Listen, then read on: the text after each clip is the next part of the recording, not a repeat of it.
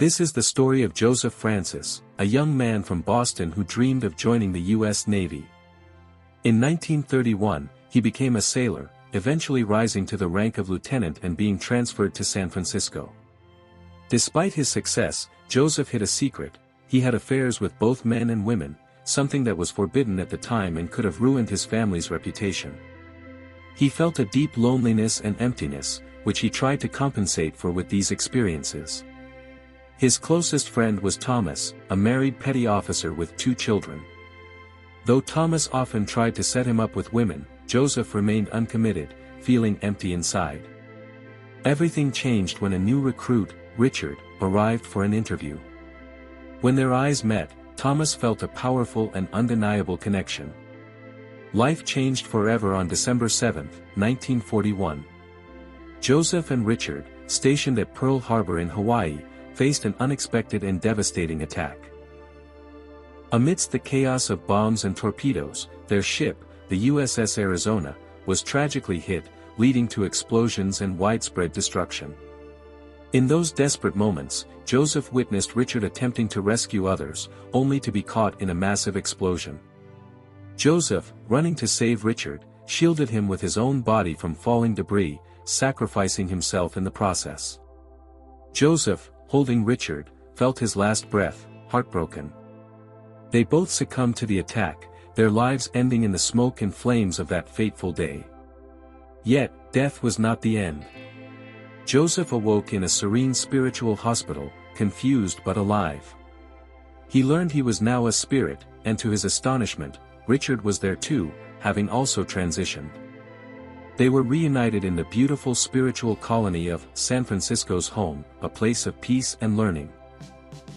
Here, Joseph discovered that his doctor, Lewis, was not just a healer but a soulmate with whom he had shared countless past lives, a connection spanning across eternity.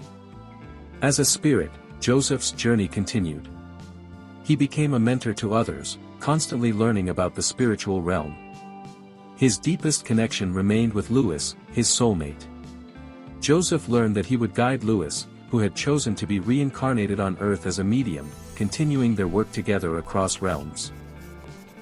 They worked alongside other revered spiritual mentors, including Brother Gilberto, a knowledgeable yet humble guide, Tupinamba, an indigenous Brazilian man and also the head of a spiritualist community on Earth, Pai Joao, an elderly African-descended priest from the Umbanda movement, Sister Rose, a spiritual protector and Joseph's great-grandmother in a past life, played a vital role in Lewis's spiritual development, guiding him through his experiences in the spiritual colony in Brazil, and many others, who are also in charge of defense and spiritual advising.